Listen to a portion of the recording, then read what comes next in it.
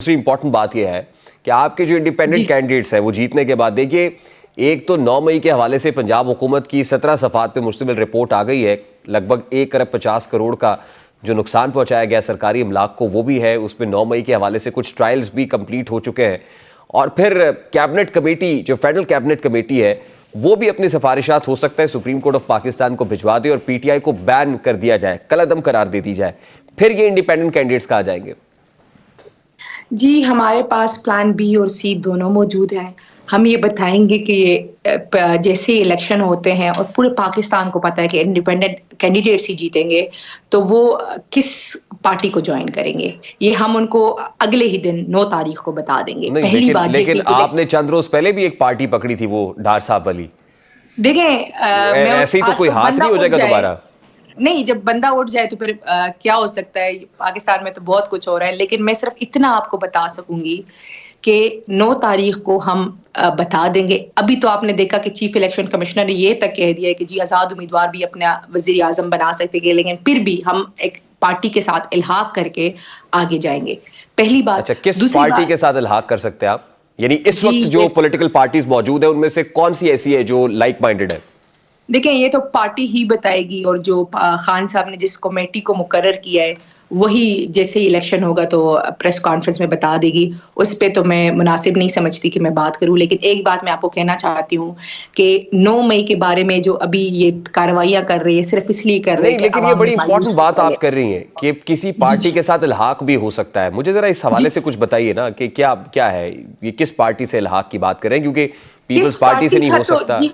मैं आपको बताऊं किस नहीं, पीडीएम की कोई भी पार्टी से इस्तेहकाम पाकिस्तान पार्टी से नहीं हो सकता, पीटीआई पार्लियामेंटेरियन से नहीं हो सकता, तो किससे करेंगे? एमक्यूएम से नहीं हो सकता, वो कहां से आएगी पॉलिटिकल पार्टी? हमने जिससे करना है हमारी उनसे बात हो चुकी है। अच्छा, वो यानी साड़ी गल हो गई है, ये वो वाला मामला है? जी, पहले तो हमारी पाकिस्तान की आवाम से बात हो चुकी है और 8 फरवरी को इंशाल्लाह हम कामयाब हो गए।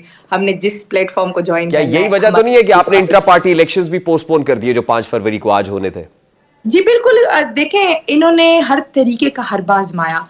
मैं एक बात बरमला करती हूँ कि एक इनकी प्लानिंग है और एक अल्लाह ताला की तदबीर है। तो अल्लाह ताला की तदबीर गालिब आती है, इनके बस में होता तो आज नहीं। लेकिन आपने ये सोच लिया है कि अब पीटीआई नहीं होगी, यानी इंट्रा पार्टी इलेक्शंस भी आपने जो पोस्टपोन किए हैं, यानी आप पीटीआई को परसू ही नहीं कर रहे हैं। इलेक्शन की पोस्टपोनमेंट का एक ही था कि जो तमाम तर लोग हैं वो इस टाइम इंतखाबात में मसरूफ है। हम जमहूरियत के मुताबिक शानदार तरीके के इंट्रा पार्टी इलेक्शंस कराएंगे और वो स्ट्रेट इलेक्शंस के बाद हो जाएंगे। नहीं, लेकिन आप तो कह रहे हैं कि आपके इंडिपेंडेंट कैंडिडेट्स जीतने के बाद किसी पॉलिटिकल पार्टी से इल्हाक कर सकते, किसी पार्टी में जा सकता है। आपने पार्टी को जब ज्वाइन करना होता है ना, तो आपने इलेक्शन की 3 दिन जैसे स्ट्रेट 3 दिन होते हैं ना, उसमें ज्वाइन करना होता है। तो ये तो आपको भी पता है कि हम स्ट्रेट 3 दिनों में इंट्रा पार्टी इलेक्शन नहीं करा रहे। हम पहले पार्टी को ज्वाइन करेंगे, उसके बाद हमारा इंट्रा पार्टी होगा। कौन सी पार्टी होगी ये तो खान साहब ने जिनको ड्यूटी दी है, जो हमारी कमेटी है इस बारे में, वही बता सकेगी, क्योंकि मैं तो नामुनासिब समझती हूँ कि इस पे बात करूँ और नहीं मैं डिस्क्लोज कर सकती हूँ। लेकिन वो सर्टेनली पीटीआई तो नहीं होगी। जी बिल्कुल, आपको पता है कि पाकिस्तान तहरीक इंसाफ, अब हमारे तमाम कैंडिडेट्स इंडिपेंडेंट हैं। ये तो चाहते थे कि हम इन्होंने हमारे साथ जब बल्ले का निशान लिया तो इनका इरादा था कि हम जो है इलेक्शन से बाइकआउट कर देंगे। इलेक्शन से तो हम बाइकआउट नहीं कर रहे, उससे ज्यादा मजबूती से खड़े हैं। और आज पाकिस्तान का बच्चा कह रहा है कि इमरान खान के नामजद आजाद उम्मीदवार जीत रहे। यानी इलेक्शन जीतने के बाद ये खबर पक्की है कि किसी पॉलिटिकल पार्टी को ज्वाइन करेंगे आप? इलेक्शन जीतने के बाद ये खबर पक्की है कि वजीर आजम भी हमारा होगा और सूबे में वजीर आला भी हमारे होंगे। बहुत बहुत शुक्रिया मिशाल। यूसुफजई हमारे साथ मौजूद थी। अभी एक ब्रेक लेंगे और ब्रेक के बाद जब वापस आएंगे तो आरएमएस और आरटीएस के बाद अब ईएमएस, क्या ये भी आरएमएस और आरटीएस की तरह का एक फ्लॉप्ड किस्म का एक्सपीरियंस और प्रोजेक्ट होगा? इस बात करेंगे इस ब्रेक के बाद। हमारे